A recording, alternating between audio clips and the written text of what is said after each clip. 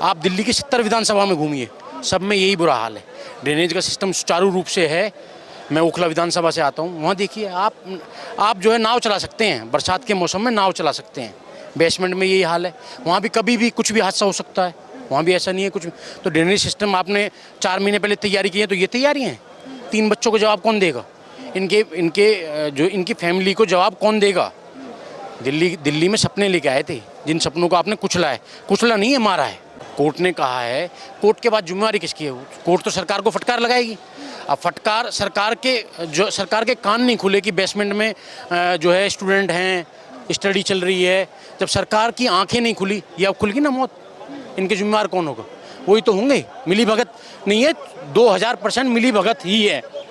Actual में सागर institute यहाँ पे बेसमेंट में चल गए। यहाँ के छोड़ो, आप सतनगर जाओ, देवनगर जाओ, इन लोगों ने सब नियम को ताक पे रखे हुए पूरा बेड़ा का पूरा माहौल का। यहाँ पे हर जगह पानी भरा हुआ है, कोई सुनवाई नहीं है। अभी आप राजेंद्र नगर बाबा रामदेव रोड पे जाओगे सतनगर के अंदर, वहाँ पे मैं कई दिन से कंप्लेंट डाल रहा हूँ, कोई सुनवाई नहीं है। वहाँ पे कई दुर्घटनाएं हो चुकी। मेरी पीछे भी वहाँ की आरती चावला जी के असिस्टेंट से बात हुई थी, पीए से, उन्होंने आश्वासन दिया बारिश के बाद ये काम चालू हो जाएगा। लेकिन मैं पूछना चाहता हूँ उनसे, बारिश के बाद क्यों होगा? ये जो ड्रेनेज सिस्टम है, बारिश से पहले क्यों नहीं करते आप ये काम?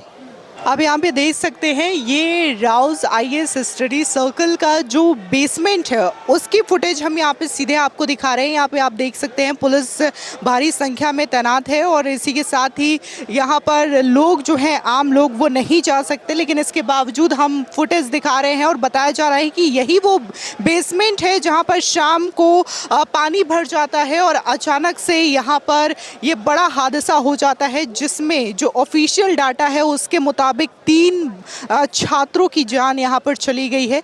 लेकिन यहाँ पर जो छात्र हैं वो भारी विरोध करते हुए नजर आ रहे हैं और सीधे तौर पर इंसाफ की मांग कर रहे हैं। इसके अलावा कई सारे नेता भी यहाँ पर पहुंचे, चाहे बात हम बीजेपी की करें, आम आदमी पार्टी की करें, यहाँ तक कि जो स्वाति मालीवाल आम आदमी पार्टी की राज्यसभा एमपी हैं, वो भी यहाँ पर पहुंची थी और अपने ही सरकार को घेरती हुई नजर आई थी, अपने ही सरकार से सवाल पूछ रही थी। इसके अलावा एमसीडी को भी वो दोषी करार दे रही थी।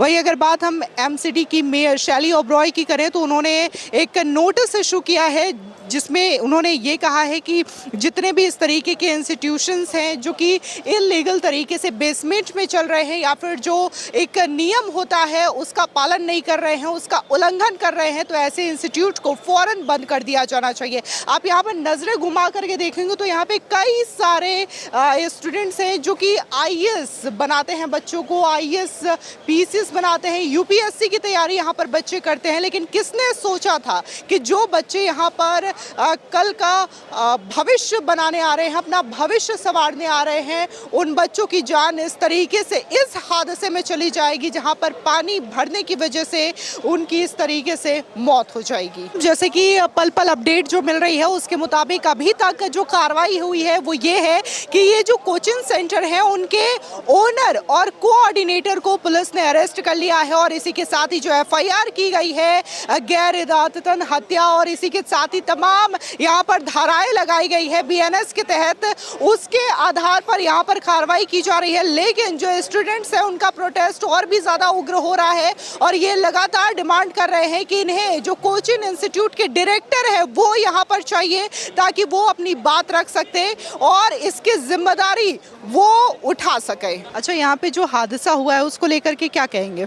उसको लेके यही कहा जाएगा कि ड्रेनेज का सिस्टम जो होता है वो सरकार की जिम्मेवारी होती है। आप ड्रेनेज को सुचारू रूप से चलाइए, कुछ है तो पता लग जाता है। आपको पता है मानसून का मौसम हर साल आता है, आप उसकी तैयारी 4 महीने पहले करोगे, ये नहीं कि आप अभी आके करोगे ड्रेनेज का सिस्टम। अब देखिए जिस तरह देश में माहौल बना हुआ है, ख़ास तौर से जो है सपने देखने पे बैन लग रहा है। स्टूडेंट है जो सपने देखते हैं कि भाई मुझे रोज़गार मिलेगा, मैं अच्छा अफसर बनूंगा, पेपर लीक हो, चाहे जो है बेरोजगारी का मुद्दा हो।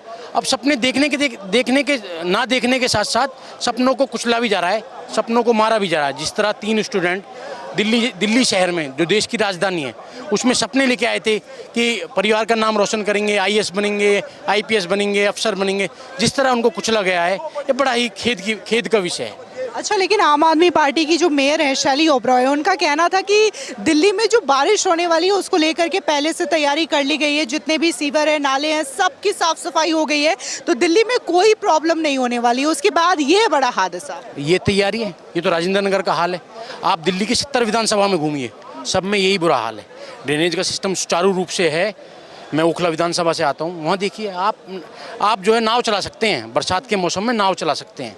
बेसमेंट में यही हाल है, वहाँ भी कभी भी कुछ भी हादसा हो सकता है, वहाँ भी ऐसा नहीं है कुछ भी।